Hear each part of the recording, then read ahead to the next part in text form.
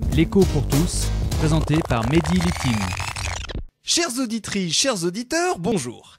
Cette semaine, dans la marmite, on va vous parler d'un sujet technique qui peut-être ne vous intéresse pas, mais dont on parle très souvent dans les journaux et les autres médias.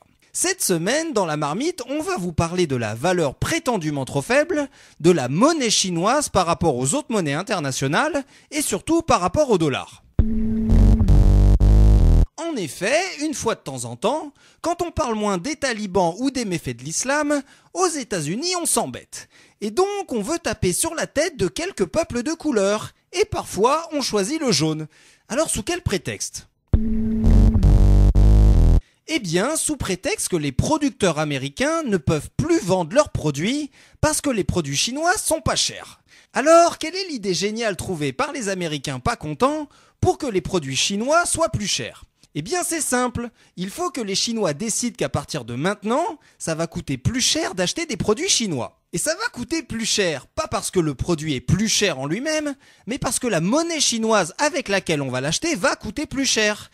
Parce que n'oubliez pas qu'on achète les produits chinois avec de la monnaie chinoise, mais que cette monnaie chinoise, il faut l'acheter aussi.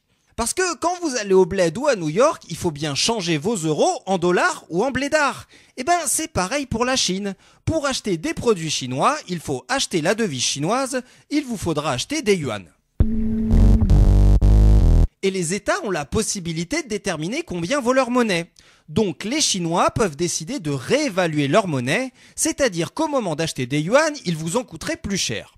Résultat, si vous avez moins de yuan, vous pouvez moins acheter avec vos yuan et du coup les entreprises chinoises vont moins produire parce qu'elles vont avoir moins de commandes et du coup il y aura plus de chômage en Chine. Alors ne vous étonnez pas si les Américains gueulent encore longtemps sur les Chinois, parce qu'il n'est pas question pour le gouvernement chinois de laisser grimper le chômage en Chine pour faire plaisir aux chômeurs américains.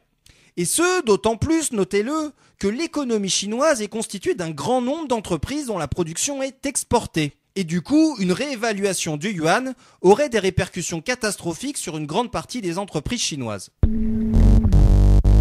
Et je vous parle même pas du fait qu'une réévaluation de 20% du yuan rendrait les produits chinois 20% plus chers qu'aujourd'hui, mais toujours 2 fois moins chers que les produits américains. Alors, face à l'évidence du refus de réévaluation du yuan par les autorités chinoises, comment expliquer la persistance du débat que les Américains entretiennent avec eux-mêmes ? Eh bien, certainement, au besoin, dans la politique américaine, de rechercher un coupable coloré aux difficultés de la vie.